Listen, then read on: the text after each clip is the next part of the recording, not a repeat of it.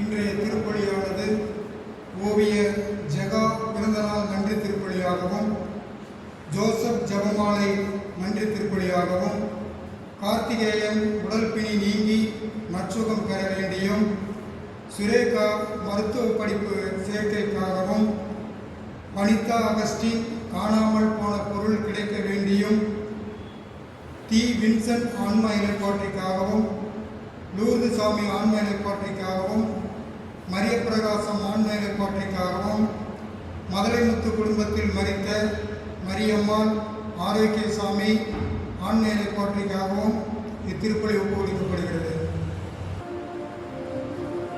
தந்தை மகன் தூயாவியாரின் பெயராலே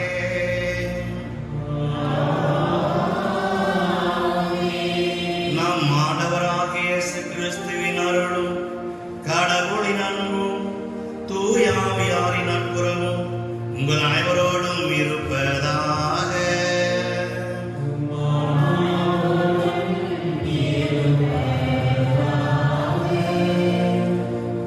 அன்புக்குரிய வாழவைக்கும் வாழப்பாடி புனித அந்தோனியார் பக்தர்களே, செவ்வாய்க்கிழமையாக இன்று புனித அந்தோனியார் வழியாக நாம் மன்றாட்டுகளை எழுப்ப நேரடியாகவும் மற்றும் ஆன்லைன் வழியாகவும் திருப்பலியை பங்கேற்றுக் கொண்டிருக்கிற உங்கள் அனைவரையும் இந்த வேளையிலே இறைவன் பெயரால் வாழ்த்துகிறேன். நாம் ஒன்றிணைந்து கூடி ஜெபிக்கிற போது அதற்கு மிகப்பெரிய வல்லமை உண்டு, ஆற்றல் உண்டு. எனவே இந்த ஆவியானவர் தான் நம்ம எல்லாம் ஒன்று சேர்ப்பவர். எனவே திருப்பலி தொடக்கத்திலேயே நம் அனைவரையும் தாழ்த்தி கொடுப்போம். ஆவியானவரே, அன்பின் ஆவியானவரே, இப்போ வாரும் இறங்கி வாரும் எங்கள் மத்தியில் என்று சொல்லி இந்த ஆவியானவர் நம்முடைய மத்தியிலே இறங்கி அவர் நம்ம எல்லாம் தட்டி எழுப்பி நமக்கு புதிய ஆற்றலையும் உத்வேகத்தையும் கொடுத்து நாம் இறைவனை ஆராதிக்கவும், இயேசு ஆண்டவர் என்று அறிக்கையிடவும், இன்னும் நாம் இறைவனுக்கு நாம் நம்மையே ஒப்பு கொடுக்கவும் அவர் உறுதுணையாக இருக்கும்படியாக நம்மை தாழ்த்தி ஒப்பு கொடுப்போம். அந்த ஆவியானுடைய பிரசனம் எல்லா இடங்களும் சூழ்ந்து நம்ம எல்லாம் ஒன்றிணைக்கட்டும்.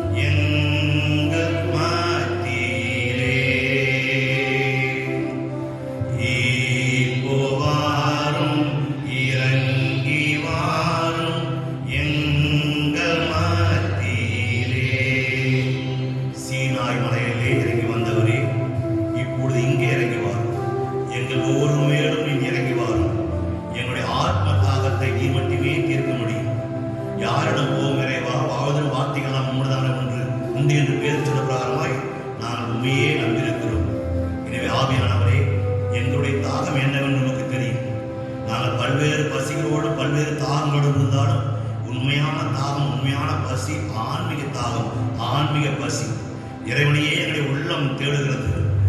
திருப்பாடல் சொல்வது போல கலைவான் நீரோடை ஆறுடன் ஆடுவது போல எங்களுடைய உள்ளம், எங்களுடைய ஆன்மா இறைவனுக்காகவே தாகத்தோடு காத்திருக்கிறது. அதே திருப்பாடல் 63 சொல்கிறது, தேவனே என் தேவா உம்மை நோக்கினே, நீர் இல்லா நிலப்போல உம்மை பார்க்கிறேன். ஒவ்வொரு நாளும் உடைய பிரச்சனை ஓடி வருகிற போது நாங்கள் இந்த உலகை மறக்கிறோம், கவலையை மறக்கிறோம் என்று பாடுவது போல எங்களுடைய உள்ளம் உமக்காகவே இயங்குகிறது. இதை நாங்கள் சேர்ந்து பாடுகிறோம். சீனாய் மலையினிலே இறங்கி வந்தவரே, சீனாய் மலையினிலே இறங்கி வந்தவரே, ஆத்மதாகம் தீர்க்கவாரும் இந்த வேளையிலே, எங்கள் ஆத்மதாகம்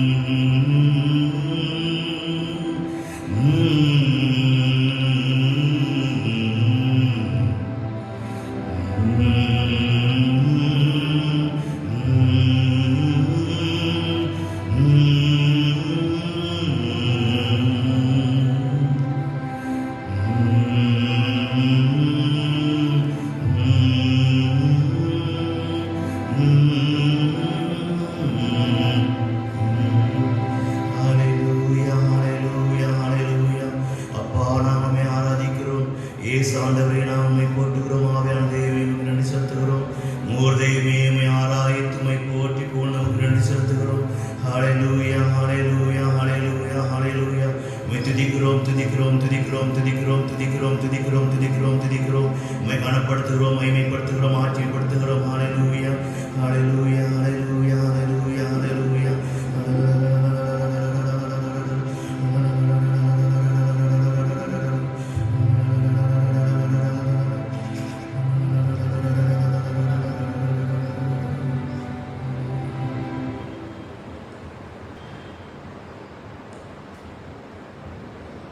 இறைவனுடைய பிரசனத்துக்கு வந்திருக்கிற நாம் இன்னும் இறைவனிடம் நெருக்கமாக வர தடையாக இருக்குது என்ன? நம்முடைய பாவங்கள், நம்முடைய சுத்தம் தூய்மையில்லாத வாழ்க்கை, அசுத்தமான வாழ்க்கை, நாம் இன்னும் முழுமையாக கழுவப்படவில்லை. இனி நாம் இறைவனுடன் நெருக்கமாக வரவும், அவரிடம் ஒன்றிக்கவும், அவர்களை ஒன்றித்து அவருடைய பிரசனத்தை உணர்ந்து நம்முடைய துன்பங்களையும் கவலைகளையும் இறக்கி வைக்கவும் நாம் நம்மை அர்ப்பணிக்க வேண்டும். நம்முடைய குறைகளை அர்ப்பணிக்க வேண்டும், நம்முடைய பலவீனங்களை அர்ப்பணிக்க வேண்டும், நம்முடைய பாவங்களை அர்ப்பணிக்க வேண்டும். இயேசுவாக நாம் மாற வேண்டும், இயேசுவாக நாம் வாழ வேண்டும். நம்முடைய உள்ளமும் உடலும் இயேசுக்கே சொந்தம். இதை நம்மை அர்ப்பணிப்போம். வெறும் உடல் பிரசனம் மட்டுமல்ல, நம்முடைய முழுமையான பிரசனத்தை அவருக்கு அர்ப்பணித்து நாம் நம்மை முழுமையாக ஒப்பு கொடுப்போம். இன்னும் நான் மாறிட வேண்டும், இயேசுவாக வாழ்ந்திட வேண்டும். என் உள்ளமும் என் உடலும் இயேசுக்கே சொந்தம். இன்னும் நான் மாறிட வேண்டும்,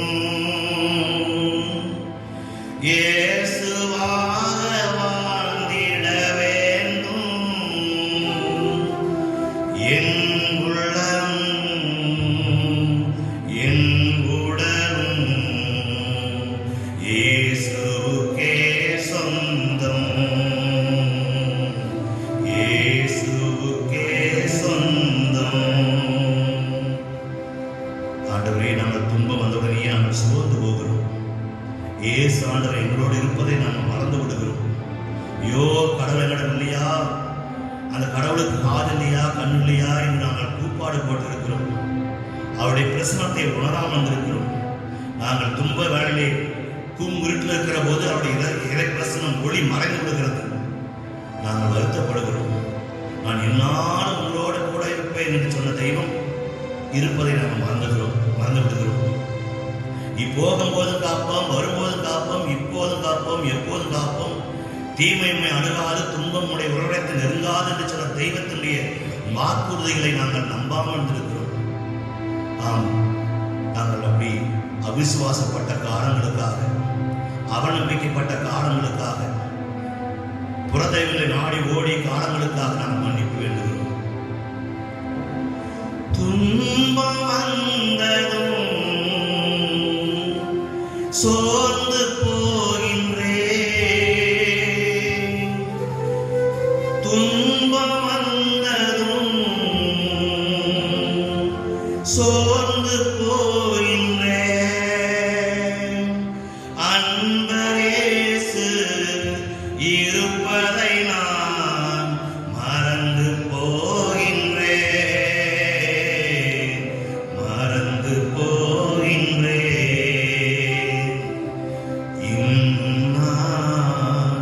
மாறிட வேண்டும், இயேசுவாக வாழ்ந்திட வேண்டும். என் உள்ளமும் என் உடலும் இயேசுவுக்கே சொந்தம், இயேசுவுக்கே சொந்தம். ஆண்டவரே, இன்னும் எங்களுடைய உள்ளம் பரிசுத்தமாக இல்லை. பகைவின் உணர்ச்சியால் நாங்கள் பரிதவிக்கின்றோம். பகைவனிடம் உம்முடைய திருமுகத்தை காண மறுக்கின்றோம். ஒவ்வொரு மனிதனும் என் நண்பன், ஒவ்வொரு மனிதனும் என் சகோதரன். அதை நாங்கள் மறந்து விடுகிறோம். எங்களுடைய வெறுப்பு உணர்ச்சி, பகைமை உணர்ச்சி, காய்மாற உணர்ச்சி, பொறாமை உணர்ச்சி எங்களை வாட்டி வதைக்கின்றன. அது எங்களையே அணுவாய் சாகடிக்கின்றன. அதை உணராமல்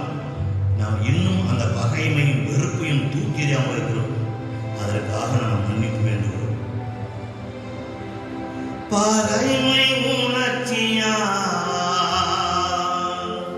பரிதவிக்கின்றேன். பகைமை உணர்ச்சியால் பரிதவிக்கின்றேன். பகைவனிடம் இறைமுகத்தை பார்க்க மறுக்கின்றேன். பார்க்க மறுக்கின்றேன். இன்னும் நான் மாறிட வேண்டும். இயேசுவாக வாழ்ந்திட வேண்டும். என் உள்ளமும் என் உடலும் இயேசுவுக்கே சொந்தம். இயேசுவுக்கே சொந்தம். இயேசாண்டவரை சொன்னீர், கோதுமை மணி போல நாங்கள் மடி விளைந்தால் பலன் கொடுக்க முடியாது. ஆனால் நாங்கள் இன்னும் சாக வேண்டும். எதற்கு சாக வேண்டும்?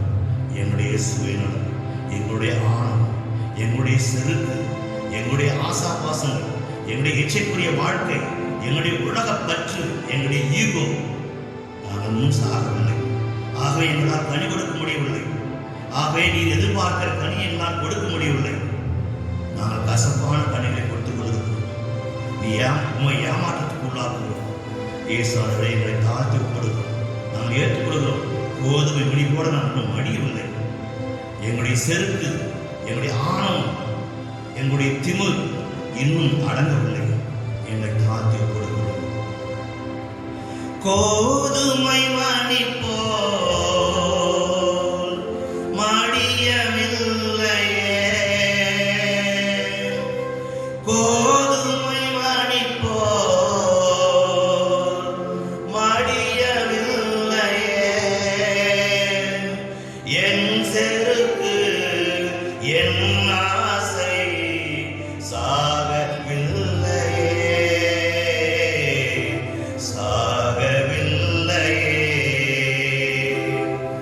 இன்னும் நான் மாறிட வேண்டும். இயேசுவாக வாழ்ந்திட வேண்டும். என் உள்ளமும் என் உடலும் இயேசுவுக்கே சொந்தம். இயேசுவுக்கே சொந்தம். எல்லாம் நம்மை இறக்க வைத்து நாம் பாவங்களை மன்னித்து நம் மனங்களை வாழ வைத்து செல்வாராக. ஆமென். மன்றாடுவோமாக.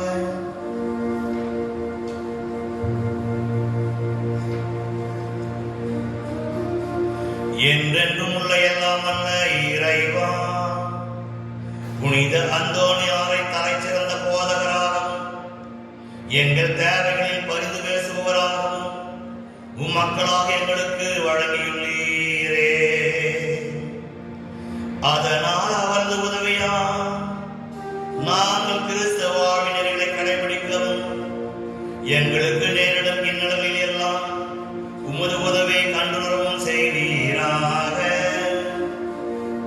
உம்மோடு தூயாவியாரின் ஒன்றிப்பில் இறைவனாய் என்றென்றும் வாழ்ந்து ஆட்சி செய்கின்ற எங்கள் ஆண்டவரும் உம்முடைய திருமகனுமாகிய இயேசு கிறிஸ்து வழியாக உம்மை மன்றாடுகின்றோம்.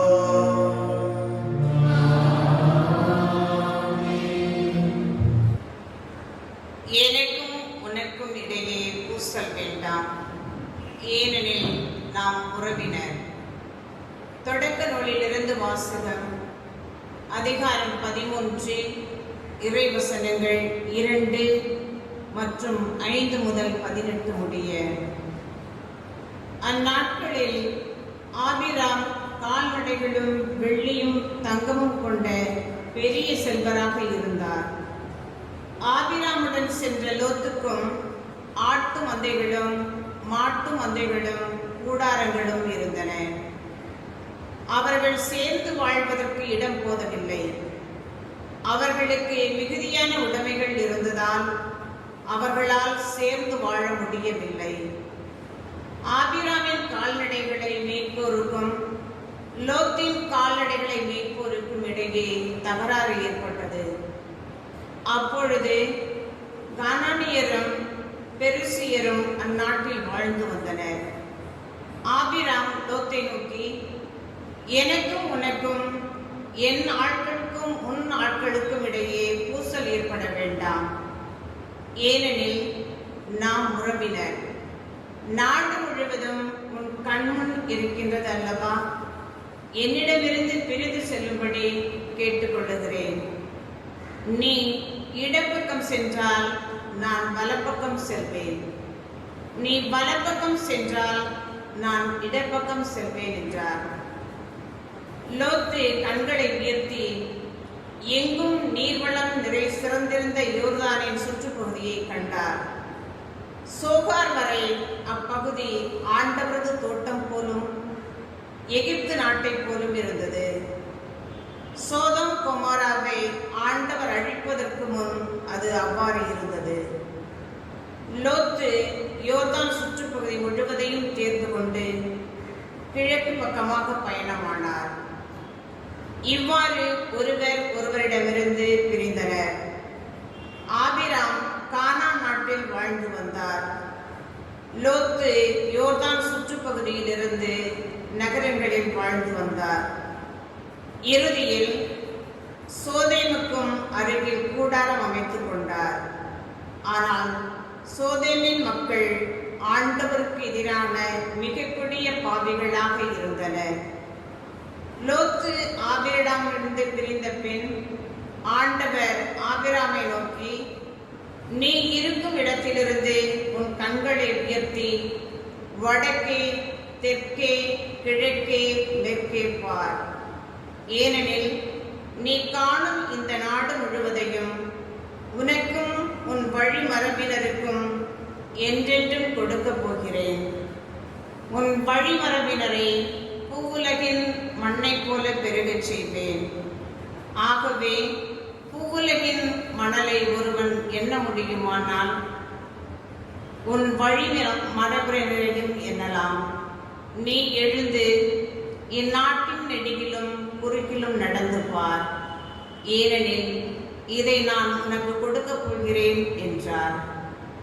ஆகவே ஆபிராம் தம் கூடாரத்தை பிரித்து கொண்டு எபிரோனில் இருந்த மம்ப்ரே என்ற கருவாலி மரத்தோப்பு அருகில் வந்து வாழ்ந்தார். அங்கே ஆண்டவருக்கு ஒரு பலிபீடம் எழுப்பினார். ஆண்டவரின் அருள்வாக்கு. ஆண்டவரே, கூடாரத்தில் தங்கிட தகுதியுள்ளவர் யார்? கூடாரத்தில் தங்கிட தகுதியுள்ளவர் யார்?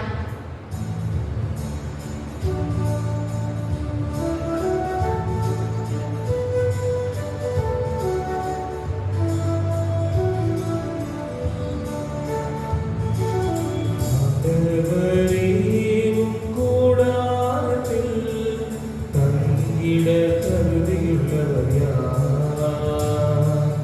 ஆண்டவரே, கூடாரத்தில் தங்கிட தகுதியுள்ளவர் யார்? ஆண்டவரே, கூடாரத்தில் தங்கிட தகுதியுள்ளவர் யார்? மாசற்றவராய் நடப்போரே, இன்னோர் நேரியவற்றை செய்வர், உளமாற உண்மை பேசுவர், தம் நாவினால் புறங்கூறா, தம் தோழருக்கு தீங்கிலையா, தம் அடுத்தவரை படித்துரையா, நெறித்தவரை நடப்போரை இழிவாக கருதுவர், ஆண்டவருக்கு அஞ்சுவோரை உயர்வாக மதிப்பர். ஆண்டவரே, கூடாரத்தில் தங்கிட தகுதியுள்ளவர் யார்? ஆண்டவரே, கூடாரத்தில் தங்கிட தகுதியுள்ளவர் யார்? நெறித்தவரை நடப்போரை மாசற்றவர் இழிவாக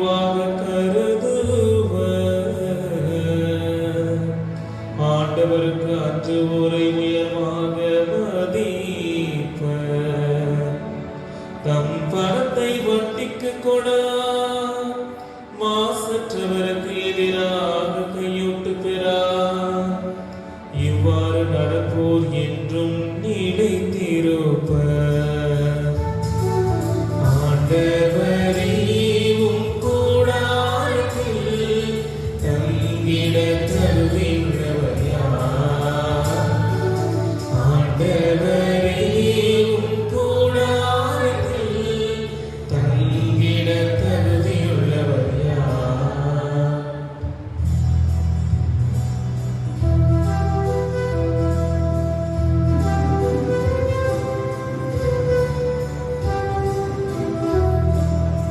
அல்லேலூயா, அல்லேலூயா, அல்லேலூயா,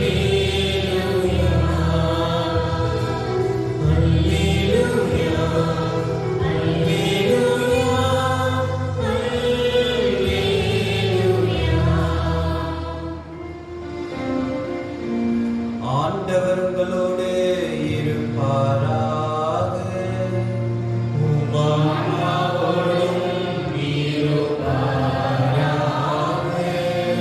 மத்தேயு எழுதிய தூய நற்செய்தியிலிருந்து வாசகம்.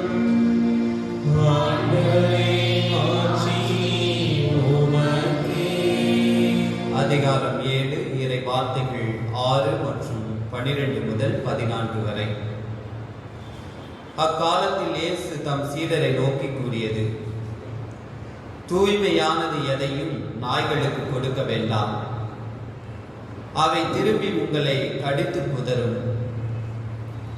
மேலும் உங்கள் முத்துக்களை பன்றிகள் முன் எறிய வேண்டாம். எரிந்தால் அவை தங்கள் கால்களால் அவற்றை மிதித்துவிடும். ஆகையால் பிறர் உங்களுக்கு செய்ய வேண்டும் என விரும்புகிறவற்றை எல்லாம் நீங்களும் அவர்களுக்கு செய்யுங்கள். இறைவாக்குகளும் திருச்சட்டமும் கூறுவது இதுவே: இடுக்கமான வாயிலின் வழியே நுழையுங்கள். ஏனெனில் அழிவுக்கு செல்லும் வாயில் அகன்றது, வழியும் விரிவானது, அதன் வழியே செல்வோர் பலர். வாழ்வுக்கு செல்லும் வாயில் மிகவும் இடுக்கமானது, வழியும் மிக குறுகலானது, இதை கடைபிடிப்போர் சிலரே. ஆண்டவரின் அருள்வாக்கு. கிறிஸ்துவே, உமக்கு புகழ். Praise the Lord. கைகளை உயர்த்தி praise the Lord, praise the Lord. இயேசுவுக்கே புகழ், இயேசுவுக்கே புகழ், இயேசுவுக்கே புகழ், இயேசுவுக்கே நன்றி, இயேசுவுக்கே நன்றி. ஹalleluya, ஹalleluya, ஹalleluya. அன்பான அன்பிய பக்தர்களே,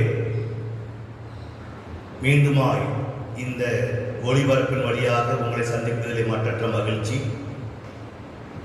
மீண்டுமாய் புனித அந்தோனியாருடைய பரிந்துரையால் உங்களுக்கெல்லாம் ஆசீர்வாதத்தை கொடுப்பதிலும் எங்களுக்கு மகிழ்ச்சி. இந்த பெருந்தொற்று காலத்திலே, ஊரடங்கு காலத்திலே உங்களுடைய தேவை என்ன என்பதை நாங்கள் அறிந்திருக்கின்றோம், இறைவனும் அறிந்திருக்கின்றார். நாம் தொடக்கத்திலேயே நம்மை அர்ப்பணித்தோம், ஒப்பு கொடுத்தோம். நம்முடைய பலவீனங்களை, குறைகளை, குற்றங்களை நம்மை தூய்மையாக்கியிருக்கிறோம். இந்த தூய்மையின் அடுத்த கட்டமாக இறைவனோடு நெருக்கமாக இருப்பது, இறைவனோடு நெருக்கமாக இருக்கிற போது இறைவனோடு உறவாடுவது, அதை விட இறைவனிடம் உரையாடுவது. இந்த உறவு என்பது, உரையாடு என்பது ஒரு பக்கமாக இல்லை, ரெண்டு பக்கமும். நாம் நம்முடைய குறைகளை எடுத்து ஈம்பினோம், சொல்லினோம். அதே மாதிரி இறைவன் சொல்வதையும் கேட்பது, உரையாடல், டயலாக். எனவே இந்த நற்செய்தியின் வழியாக, இறைவார்த்தையின் வழியாக இறைவன் நம்மோடு உரையாடி கொண்டிருக்கிறார். அந்த இறைவார்த்தை உங்களுக்கு ஏற்ற விதத்தில் பகிர்ந்து கொடுக்க இப்பொழுது நாம் முன் வருகின்றோம். இன்றைய நற்செய்தி வாசகத்தில் பார்த்தீங்கன்னா உங்களுக்கு ஒன்றுக்கு ஒன்று தொடர்பில்லாத மாதிரி தெரியும். முதல்ல ஏசாமி சொல்லுவார், தூய்மையான எதையும் நாய்களுக்கு போடக்கூடாது, பண்டிகைக்கு கொடுக்கக்கூடாதுன்னு. அடுத்தது பிறர் உங்களுக்கு என்ன செய்யணுமோ அதை நீங்கள் செய்யணும்னு சொல்லுவார். வாளுக்கு செல்லும் வாயில் மிகவும் இறுக்கமானது, மிக குறுகலாக சொல்வார். இப்படி வெவ்வேறு கருத்துக்கள் சிதறி போயிருக்கும், ஒன்றுக்கு ஒன்று தொடர்பு இல்லாமல் இருக்குது. ஏன் அப்படின்னு பார்த்தோம்னா, அடிப்படையில் நற்செய்தி என்பது ஒரு வரலாற்று புஸ்தகம் அல்ல. அந்த மத்தேயு நற்செய்தியாளரோ, மார்க்கு நற்செய்தியாளரோ, லூக்கா நற்செய்தியாளரோ, யோவான் நற்செய்தியாளரோ அவரும் ஒருவரை தனிப்பட்ட விதத்தில் எதிர்க்க முடியாது. அவர் எல்லாத்தையும் தொகுத்து அதை கொடுக்குறாங்க தங்களுடைய மக்களுக்கு, தங்களுடைய ஆடியன்ஸ் கேட்டவாறு. மத்தேயு நற்செய்தியாளர் யாருக்கு கொடுத்தாரு? யூத மதத்தை சார்ந்த கிறிஸ்தவர்களுக்கு தம்முடைய நற்செய்தியை எடுத்து பண்ணார். எனவே அந்த மக்களுடைய தேவைக்கேற்றவாறு, ஏனென்றால் அவர்கள் யூத மதத்தையே படித்துக் கொண்டிருந்தார்கள். அவளுக்கு மிகப்பெரிய தலைவர் மோய்சன். மோய்சன் கொடுத்த 10 கட்டளை தான் மிகவும் உன்னதமானது, உயர்வானது என்று கருதினார்கள். எனவே அந்த மக்களுக்கு மத்தேயு என்ன சொல்ல வருகிறார்? அதை விட மிகப்பெரிய தலைவர் புதிய மோய்சன். யாரு? இயேசு ஆண்டவர், எதிர்பார்க்கப்பட்ட மெசியா. அவர்தான் மீட்பர், அவர்தான் நம்ம எல்லாம் விடுவிக்கக்கூடியவர். இவ்வளவு நாளாக நாம் எதிர்பார்த்த மெசியா அந்த இயேசு தான். அவர் பழைய ஏற்பாட்டு கொடுக்கப்பட்ட மோசே வழியாக கொடுக்கப்பட்ட 10 கட்டளை விட இன்னும் உயர்வான கட்டளை கொடுக்கிறார், இன்னும் புனிதமான கட்டளை கொடுக்கிறார். ஒருவேளை நீங்கள் மோசே கொடுத்த அந்த 10 கட்டளையை பார்த்தீங்கன்னா, அது வந்து நீங்க பாவம் செய்யா இருந்தா போதும், நீங்க தீமை செய்யாமல் இருந்தா போதும். நல்லது செய்யணுமா செய்ய வேண்டாம் தேவையில்லை. நீ தீமை செய்யாமல் இருந்தாலே நீ புனிதன். ஆனா இயேசு ஆண்டவர் அப்படி சொல்லல. ஆங்கிலத்தில் not only sins of commission but sins of omission. செய்ய வேண்டியது செய்யாதது, நன்மையை செய்யாதது, அன்பை கொடுக்காதது, பாசத்தை கொடுக்காதது, அரவணைப்பை கொடுக்காதது, ஏற்றுக்கொள்ளாது. எனக்கு கொடுக்க வேண்டியது, செய்ய வேண்டியது நிறையா இருக்குது.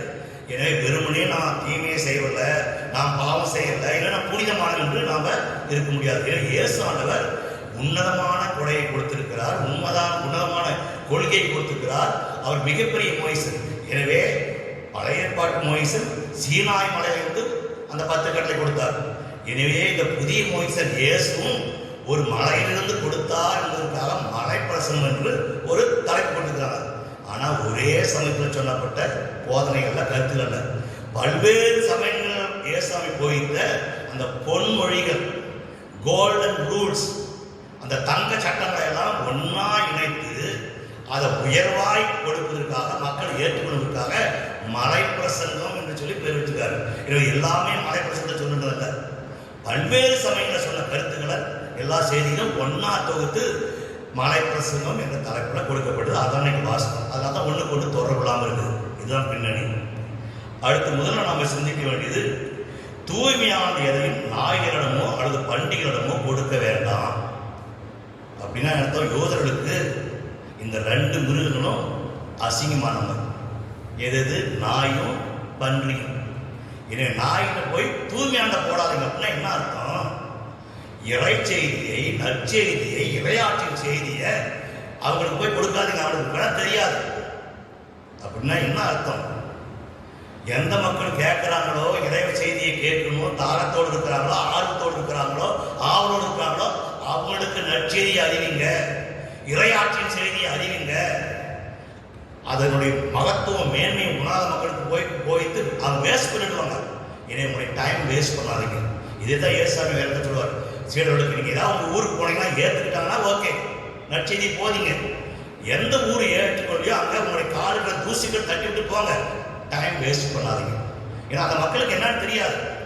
ஏன் இன்றைக்கு மக்கள் இன்னும் கூட கடவுள் மீது தாகம் இல்லை, இறைவார்த்தையின் மீது தாகம் இல்லை, ஆன்ம நிகழ்ச்சிகளில் அதை சொற்பொழிவுலையோ மறைவுலையோ பங்கேற்க இன்னும் முடியும்னா அவங்களுடைய மகத்துவம் தெரியல. ஏன் திருப்பலிக்கு வரவில்லை? ஏன் பூசையில் பங்கேற்க மாட்டாங்க? வந்தாலும் வெளியே சுற்றி இருக்கிறாங்க. அதனுடைய மகத்துவம் தெரியல, அதனுடைய உண்மத்தில். அதுதான் இயேசுன்னு சொல்றாரு, அதுங்களுக்கு நாய்களுக்கும் பன்றிகளுக்கும் அந்த தூய்மையானது, உன்னதமானது, புனிதமானது, விளைவது முத்து அதுக்கு தெரியவே தெரியாது. பன்றிக்கு போடால் நசுக்கி தூர தான் போடும், சேர்த்து தான் போடும். எனவே இந்த இறைவார்த்தையை கேட்காதவங்களுக்கு தான் சாமி இந்த கருத்தை சொல்றார் முதல் வசனத்தில். அடுத்து சொல்றார், பிறர் உங்களுக்கு செய்ய வேண்டும் என விரும்புகிறவற்றை எல்லாம் நீங்களும் அவளுக்கே செய்யுங்க. இது பொன்மொழி தான் எல்லாரும் தெரியும். அப்ப நம்ம எல்லாரும் என்ன எதிர்பார்க்கிறோம்? எல்லாரும் அன்பு செய்யப்படணும் ஆசைப்படணும். எல்லாரும் நம்மளை ஏற்றுக்கணும், மதிக்கணும், அங்கீகாரம் கொடுக்கணும். அதான் பிரச்சனை. நாம் முன்னாடி இருக்கணும், எல்லாரும் நம்மளை மதிக்கணும், பெரியவன் சொல்லணும், குழந்தை கூட பெரியவங்க. எனவே எல்லாரும் அங்கீகாரம் கொடுக்கணும், கை தட்டணும், பாராட்டணும். இதுதான் நம்முடைய எதிர்பார்ப்பு. அன்பு செய்யப்படணும், அரவணைக்கப்பட வேண்டும், எல்லாரும் என்னை தட்டி கொடுக்கணும், எல்லாரும் என்னை ஊக்குவிக்கணும், எல்லாரும் எனக்கு உதவி செய்யணும், எல்லாரும் என்ன எழுப்பி விடணும். இப்படிதான் நம்மளுடைய எதிர்பார்ப்பு. சாமி என்ன சொல்றாரு? இதெல்லாம் நீ முதல்ல செய்யணும். இதை சைக்காலஜி என்ன சொல்றது? Positive thoughts bring back positive results. Negative thoughts bring back negative results. அப்ப நேர்மறையானதை கொடுத்தா நேர்மறையா வரும். அதான் நம்ம பழமொழி சொல்லுவாங்க, விதையை விதைப்பவன் விதை என்ன விதை வைக்கணும் அந்த விதை கிடைக்கும். எனவே வினையை விதைப்பவன் வினைத்தான் பெற்றுக்கொள்வான், திணையை விதைப்பவன் திணையைத்தான் பெற்றுக்கொள்வான். நாம் எதை விதைக்கிறோமோ அதான் கிடைக்கும். நீங்க வெறுப்பு விதைச்சா வெறுப்பு தான் கிடைக்கும். நீங்க பகைமையை விதைச்சீங்கன்னா பகைமை தான் கிடைக்கும். நீங்க பொறாமையை விதைச்சீங்கன்னா பொறாமை தான் கிடைக்கும். காய்காரத்தை விதைச்சா காய்காரம் தான் கிடைக்கும். அதுதான் ரிசல்ட், அதான் சைக்காலஜி, அதான் உண்மையா, அதான் சயின்டிபிக்கா ப்ரூவ். எனவே நம்ம எது வேணும் நினைக்கிறோமோ, நேர்மறையானது வேணும்னா நேர்மறையானது விதைங்க, அன்பு வேணுமா அன்பை விதைங்க, சமாதானம் வேணுமா சமாதானத்தை விதைங்க, உறவு வேணுமா உறவை கொடுங்க. நீங்க மத்தவங்க மதிக்கணுமா நீங்க மதிக்க மத்தவங்க. நீங்க நல்லதை விதைச்சா நல்லது வரும். எனவே நம்முடைய எண்ணம் தூய்மையான எண்ணமா இருந்தா, தூய்மையான எண்ணத்தை விதைச்சோம்னா தூய்மையான ரிசல்ட்ஸ் கிடைக்கும். நம்ம என்ன விதைக்கணுமோ அதான் கிடைக்கும். எனவே நம்ம நிறைய கனிகள் கொடுக்கணும், நாம நிறைய நன்மை கிடைக்கும்னா நிறைய நன்மை செய்யுங்க தான் ஏசாமி. நீங்க மற்றவங்க என்ன செய்யணும்னு நினைக்கிறீங்களோ அதை நீங்க செய்யுங்க. யூ ஸ்டார்ட் ஃபர்ஸ்ட், நீங்க ஸ்டார்ட் பண்ணுங்க. எனவே அவங்க தான் கொடுப்பாங்க, இவங்க கொடுப்பாங்க, யாரும் எதிர்பார்க்க வேண்டாம், நீங்க முதல்ல தொடங்க. இதை ரெண்டாவது கருத்து பார்க்கிறோம். மூன்றாவதாக, வாழ்வுக்கு செல்லும் வாயில் மிகவும் இறுக்கமானது, மிக குறுகலானது. இதுக்கு ஒரு எக்ஸாம்பிள் சொல்லணும்னா என்ன அர்த்தம்? வாழ்வுக்கு செல்லும் வாயில் மிகவும் இறுக்கமானது, மிக குறுகலானது, கடுமையானது, சாவுக்கு போல தேர்ந்தெடுக்கும் பெரிய. என்ன அர்த்தம்? ஏசாமி என்ன சொல்றாரு? இதுக்கு ஒரு எக்ஸாம்பிள் சொன்னா, நம்முடைய கால்பந்து ஃபுட்பால் பெரிய கிரவுண்ட் இருக்குது. நீ வானலாம் பெரிய ஷூட் பண்ணலாம், மேலே உயரத்துலாம், கை தட்டலாம், அடிக்கலாம், வெளி பண்ணலாம். ஆனால் என்ன முக்கியம்?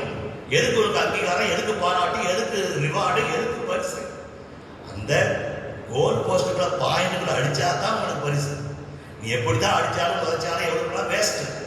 எனவே என்ன அர்த்தம்னா, நாம் அந்த வாயில், அந்த கோல், அந்த மோட்டிவ் எப்படி அது குறுகலானது. நம்முடைய எய்ம், கோல், டார்கெட், அதான் கரெக்ட் பார்த்த டார்கெட். நீ கிக் பண்ணும்போது கரெக்டாக டார்கெட் உள்ள போகணும். எனவே அது கோல்னா வேஸ்ட். எனவே நீ எங்கனாலும் அடிக்கலாம், வெளியே அடிக்கலாம், எங்கனாலும் அடிக்கலாம், அதுதான் ஈஸி. ஆனால் எது முக்கியம்? அந்த டார்கெட் கரெக்டா, பாயிண்டா, குறிக்கோள். எனவே யார் சின்னர்? யார் sinner? To miss the goal, to be off the target. அப்ப பாவினா யாரு? டார்கெட்டை விட்டு போயிடுறாங்க, கோலை குறிக்கோளை விட்டு போயிடுறாங்க, குறிக்கோளைய வழியை தவறி செய்யறவங்க. அதான் யாரு? பாவி. இது பாவினா அந்த திசை மாறுவது, சரியான திசையை போய் சரியான கிக் பண்ணால்தான். எனவே அதுதான் பாவம். எனவே மிக எளிதாக எங்கி நம்ம போகலாம், எங்கி சுத்தலாம். ஆனால் டார்கெட்டா கோலுக்கு அச்சீவ் பண்ணணும்னாக்கா நம்முடைய ஃபோக்கஸ், நம்முடைய எண்ணம், சிந்தனை எல்லாத்தையும் ஒருமுகப்படுத்தணும். எனவே நீங்க டிஸ்ட்ராக்ஷன் எங்க பார்த்தாலும், இந்த சோசியல் மீடியா எல்லாம் வந்துட்டு ஒரே கோயிலை பார்த்தாலும் எல்லாம் ஃபோன் பண்ணி தான் இருப்பாங்க. எல்லா இடத்தையும் பார்த்துட்டு பிலிப்பின்ஸும் சரி, இங்கே அங்கே அந்த செல்போன் ஆஃப் பண்ண மாட்டாங்க. எனவே டிஸ்ட்ராக்ஷன் தான் மக்களுக்கு. அந்த ஒரு மணி நேரம் கோர்ஸில் கூட நம்மளால கான்சன்ட்ரேட் பண்ண முடியல, ஃபோக்கஸ் பண்ண முடியல. எனவே எனர்ஜி இல்லை, எனவே ஆற்றல் இழந்துடும். உதாரணமாக வெயில் இருக்குது, சூரிய லைட்டு அது அப்படியே ஸ்ப்ரெட் ஆச்சுன்னா உங்களுக்கு கிடைக்காது. ஒரு குவிலன்ஸ் கண்ணாடி வைக்க பாருங்க, கீழே பேப்பர் வச்சா கூட எரிஞ்சிடும், இலை வச்சாலும் எரிஞ்சிடும். காரணம் என்ன? அதெல்லாம் ஒருமுகப்படுத்தணும். அப்படியே ஸ்ப்ரெட் ஆகிருக்கிற அந்த ஒளியை ஒருமுகப்படுத்துகிற போது, கூர்மைப்படுத்துகிற போது அதுக்கு சக்தி அதிகம், வெப்பம் அதிகம். எனவே பேப்பர் காகிதம் எரியுது, இலை எரியுது. அப்போ நம்முடைய ஃபோக்கஸ் நல்லா ஷார்ப்பாக பண்ணோம்னா, கான்சன்ட்ரேட் பண்ணோம்னா, எல்லாம் ஒரே குறிக்கோளாக போனோம்னா நமக்கு எனர்ஜி அதிகம், பவர் அதிகம், ஆற்றல் அதிகம். எனவே இந்த ஜெபம் என்ன பண்ணுது? நம்மை ஒருமுகப்படுத்த உதவுகிறது. எனவே நம்முடைய அடிப்படையாக ஏசாமி என்ன சொல்றாரு? இப்படி டார்கெட்டை மிஸ் பண்ணவங்க தான் யாரு? பாவிகள். அப்படி டார்கெட்டை மிஸ் பண்ணும்போது என்ன ஆகுது? அவங்களுக்கு missing the goal is sin which brings about fear, guilt and depression. English சொல்றது மன்னிச்சுங்க. அதாவது நீ டார்கெட்டை மிஸ் பண்ணிட்டா, ஐயோ ஒரு பக்கம் போய் கோல் அடிக்க முடியலையே, இவ்வளோ கஷ்டப்பட்டு கொண்டு போயிட்டேனே, கொஞ்சம் ஷார்ப் அடிச்சா போயிருக்குமே, அப்ப விரக்தி, ஏமாற்றம், தோல்வி மனப்பான்மை, டிப்ரெஷன், ஃப்ரஸ்ட்ரேஷன், இதெல்லாம் டார்கெட் குறிக்கோள் வச்சு நான் போடணும். அப்போ எதை பாவம் செய்யும் போது ஆஹா ஓகன் இருக்கும். அதுக்கு பிற்பாடு அவனுடைய மனத்தில் பாரம், மனத்தில் கனம், மனத்தில் காயம், மனத்தில் வலி, ஐயோ இப்படி தவறிட்டேனே, ஐயோ மூடி மறக்கலாம், ஆனால் குற்றப்படி ஒரு கில்ட் விடவே விடாது. எனவே தான் சாமி என்ன சொல்றாரு, இது நீங்கள் அழிவுக்கு செல்லுகிற பாதை ஈஸியானது, ஆனால் வாழ்வுக்கு செல்லுகிற பாதை கடினமானது. எனவே நீ கடினமாக பயிற்சி எடுக்கணும். இந்த டிசிப்ளின் என்பது ஒரே நாள் வராது. சைக்காலஜி சொல்லுது, குறைந்தபட்சம் 31 நாள் நீ ஒரே மாதிரி செஞ்சீங்கன்னா அது உனக்கு பழக்கமாக ஆகிடும். இப்போ ஜெபம் இப்போ நாங்கள் உட்காரணும் என்ன அர்த்தம், இன்னைக்கு இல்லை 3 வருஷமாக உட்காரணும், எப்படி 3 hours 4 hours அட்லீஸ்ட் உட்கார முடியுது, ஒரே நாள் முடியுமா? அது ஹேபிட்டாக மாறும். எனவே கோயிலுக்கு போகிறது அது ஹேபிச்சுவல், ஜெபம் செய்வது ஹேபிச்சுவல், இறை வார்த்தை வாசிப்பது ஹேபிச்சுவல், மற்றவங்களுக்கு உதவி செய்வது ஹேபிச்சுவல், அப்படி பழக்கமாக மாறும். அது ஒரே நாள் டிசிப்ளின் ஒரே நாள் வராது. எனவே நம்ம தொடர்ந்து அப்படி சாமி என்ன சொல்றாரு, நீங்க உங்களையே நீங்க பக்குவப்படுத்துங்க, உங்களையே நீங்க உருவாக்குங்க, உருமாற்றுங்க. அது உங்களுடைய பழக்கமா மாறும். எந்த நற்கரையிலையும் அது பழக்கமா மாறும். அந்த பழக்கம் ஆட்டோமேட்டிக்கா மற்றவங்களையும் தொத்துக்கும். இப்ப அப்பா அப்படின்னா அப்பா போலயே பையன் அப்படி இருப்பான். அப்பா கோயிலுக்கு போற ஞாயிற்றுக்கிழமை, அப்பா தினமும் குடும்ப ஜாமான் சொல்றான்னா அதை பார்த்து பையனுக்கு அதே மாதிரி வரும். எனவே இந்த பழக்கம் தொத்தக்கூடியது, நற்பண்புகளும் மற்றவனை ஈர்க்கக்கூடியது. எனவே அன்பார்ந்தவர்களே, இந்த நாளில் நாம் சிறப்பாக நாம் எதுக்கு ஜெபிக்க இருக்கிறோம்? சாமி சொன்ன வார்த்தைகள்ல மிக முக்கியமா இந்த கடைசி வசனத்தை நாம் சிந்திப்போம். வாழ்வுக்கு செல்லும் வாயில் மிகவும் இறுக்கமானது, மிக குறுகலானது, ஆனால் அழிவுக்கு போறது மிக எளிமையானது. எனவே இன்னைக்கு ஏன் மக்கள்லாம் பாவச்சேட்டில் வாழ்ந்துருக்கிறாங்க? அப்போதைக்கு சந்தோஷமா இருந்தால் போதும், அப்போதைக்கு நிம்மதியாக இருந்தால் போதும், அப்போதைக்கு மறந்தால் போதும், அவன் எதிர்காலத்தை பற்றி நினைக்கிறது. இந்த உலகத்தை நாம் வாழ்கிற வாழ்வு மிக சொற்பம், ஆனால் நம்முடைய நிலையான வாழ்வு மற்றொன்று. எனவே இந்த நம்ம ஒரு வழிபோக்கராக தான் இருக்கிறோம். இந்த குறுகிய காலத்தில் நம்ம நிரந்தர வாழ்க்கைக்கு இது ஒரு டெம்பரவரி, அதுதான் பர்மனன்ட். அதுக்கு நாம் தயாரிக்கணும், அதுக்கு அஸ்திவாரம் போடணும். அதுதான் சாமி இந்த குறுகிய வாழ்க்கையை கொடுத்திருக்கிறார். எனவே இந்த சிந்தனையோடு நாம ஒரு நிமிட கண்களை மூடி நம்மை அர்ப்பணிப்போம். இன்னும் நான் மாறிட வேண்டும், இயேசுவாக வாழ்ந்திட வேண்டும், என் உள்ளம் என் உடலும் இயேசுவுக்கே சொந்தம், இயேசுவுக்கே சொந்தம். இன்னும் நான் மாறிட வேண்டும், இயேசுவாக வாழ்ந்திட வேண்டும்,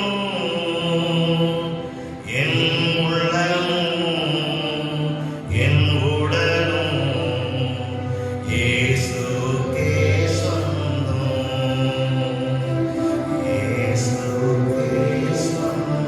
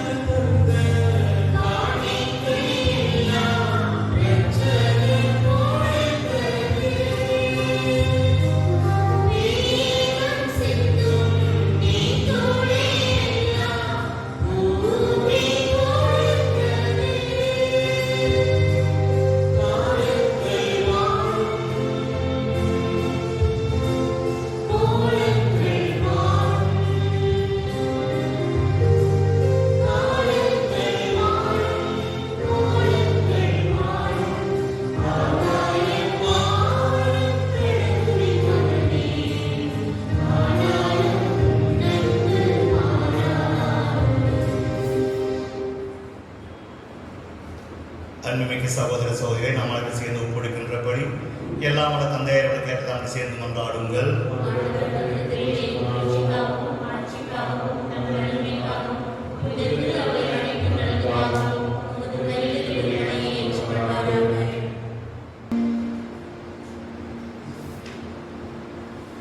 ஆண்டவரே, மக்களின் பணியை ஏற்றுக்கொள்ள உம்மை வேண்டுகின்றோம். உமது மாற்றின் பொருட்டு புனித அந்தோணியாரின் பெருமைக்காக நாங்கள் கொடுக்கும்படி முடிவில்லா மீட்பை எங்களுக்கு அருள்வதாக. எங்கள் ஆண்டவராகிய கிறிஸ்து வழியாக உம்மை மன்றாடுகின்றோம். ஆண்டவர் உங்களோடு இருப்பாராக.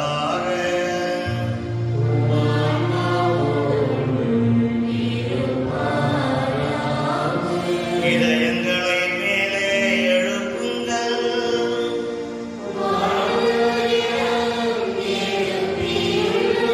நம் இறைவனாகிய ஆண்டவருக்கு நன்றி கூறுவோம்.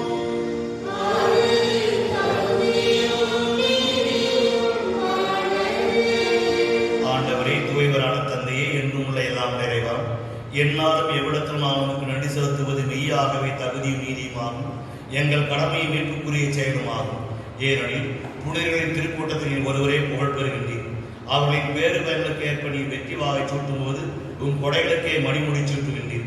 அவருடைய வாழ்க்கை நெறி எங்களுக்கு எடுத்துக்காட்டாகவும் அவரோடு உள்ள உறவு ஒன்றிப்பு எங்களுக்கு தோழமையாகவும் அவரது பரிந்துரை எங்களுக்கு பேருதவியாகவும் இருக்க நீரே எங்களுக்கு அருளுகின்றீர். இவ்வாறு இத்தகைய திரளான சாட்சியங்களால் நாங்கள் உறுதி பெற்று வாழ்க்கை போராட்டத்தை தோல்வியராது நிலைத்து நின்று அழியாத மாட்சியின் முடியை அப்புனிதரோடு எங்கள் ஆண்டவராகிய கிறிஸ்துவடியாக பெற்று மகிழ்வோமாக. ஆகவே வானதூதர் முதன்மை வானதூதரோடும் புனித பெருந்தரோடும் சேர்ந்து நாங்கள் நமக்கு புகழ்ச்சி பண்ணி சேர்த்து முடிவின்றி பாடுவதாவது.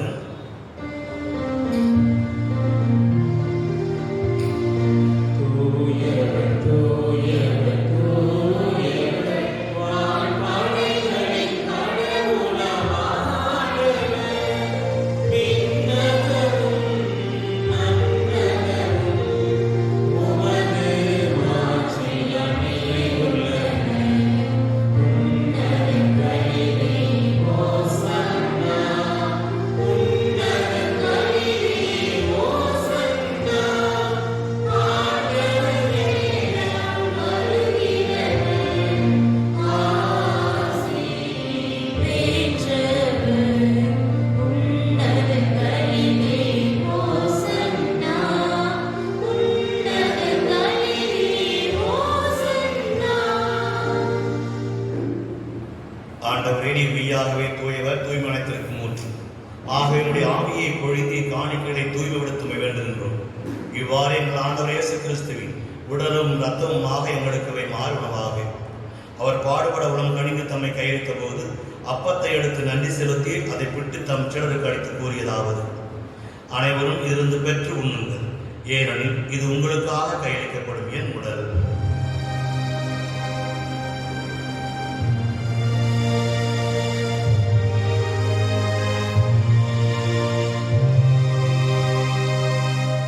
அவ்வண்ணமே இரவு இருந்து அருந்திய கிண்ணத்தையும் எடுத்து மீண்டும் நன்றி கூறி தம் சீடர்களுக்கு அழைத்து அவர் கூறியதாவது: அனைவரும் இதிலிருந்து பெற்று பருகுங்கள், ஏனெனில் இது புதிய நிலையான உடன்படிக்கைக்குரிய என் இரத்தத்தின் கிண்ணம்.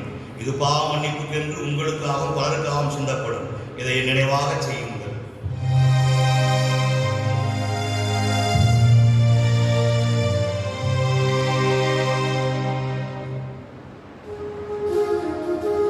நம்பிக்கையின் மறைபொருள்.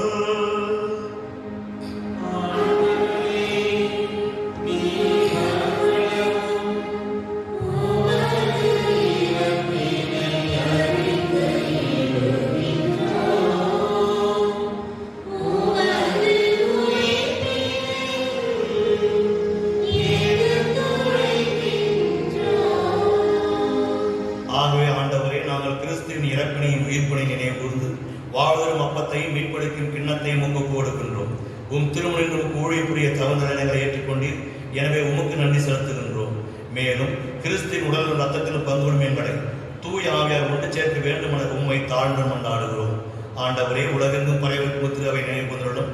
எங்கள் திருத்தந்தை பிரான்சிஸ் எங்கள் மறை மாவட்டத்திற்காக தெரிவு செய்யப்பட்டுள்ள ஆயர் ராயப்பன் எல்லா திருநிலைகள் அனைவரோடும் உமது திரு அவை அன்பு நிறைவேறச் செய்துள்ளோம். மேலும் உயிர்த்தெழும் எதிர்நோக்குடன் துயில் கொள்ளும் எங்கள் சகோதர சகோதரிகளையும் இறந்தோர் அனைவரையும் இரக்கத்துடன் நினைவு கூர்ந்து உமது திருமகோடி நிறைவேற்றியுள்ளோம். எங்கள் அனைவரும் மீது இரக்கமாயிரும். கடவுளின் கன்னித்தான புனித மரியா, அவருடைய கணவரான புனித யோசேப்பு, புனித திருத்தூதர்கள், இவ்வுலகில் நமக்கு உகந்தவராய் இருந்தோர் ஆகிய புனித அனைவருடன் நாங்கள் நிலைவாழில் பங்கோடு தகுதி பெற்று உம் திருமண இயேசு கிறிஸ்து வழியாக உம்மை புகழ்ந்தேத்து மரமரளவை கொண்டாடுகின்றோம். இவர் வழியாக இவரோடு இவரில் எல்லாம் அல்ல இறைவனாகிய தந்தையே, தூய ஆவியாரின் ஒன்றிப்பில் எல்லா புகழும் ஆட்சியும் என்றென்று உமக்கு உரியதே.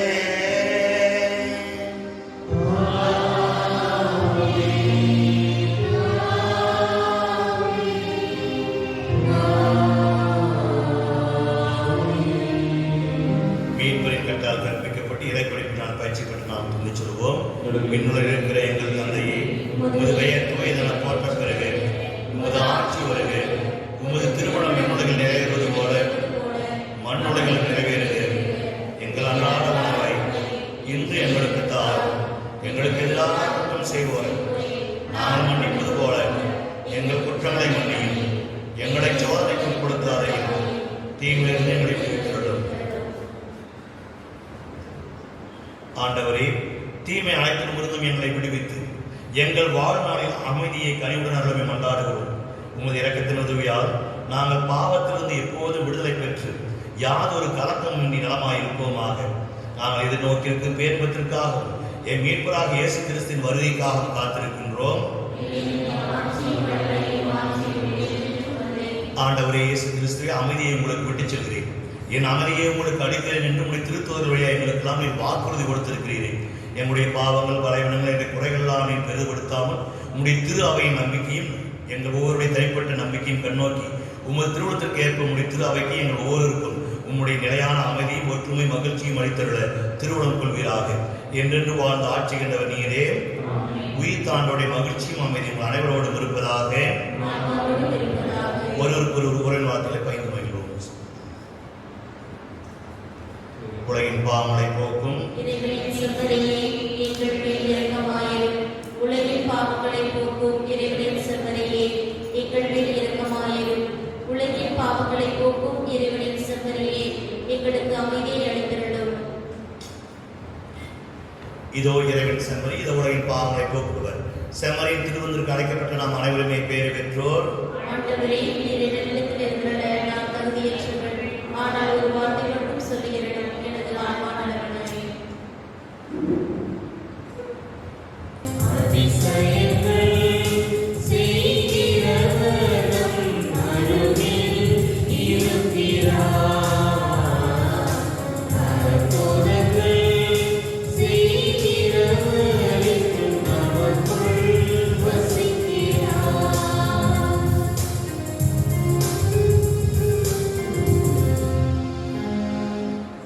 நன்றி கூறி மன்றாடுவோம்.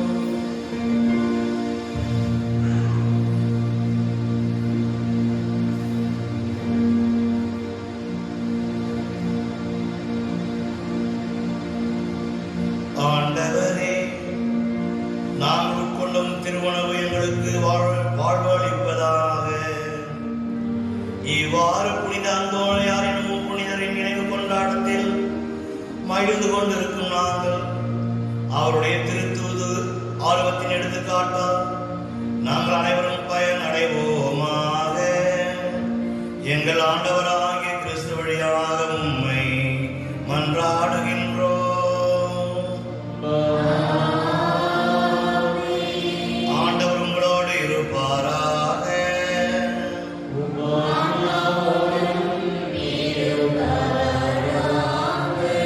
எல்லாம் உள்ள இறைவன் தந்தை மகன் தூய ஆவியார் உங்கள் அனைவரையும் ஆசீர்வதிப்பாராக.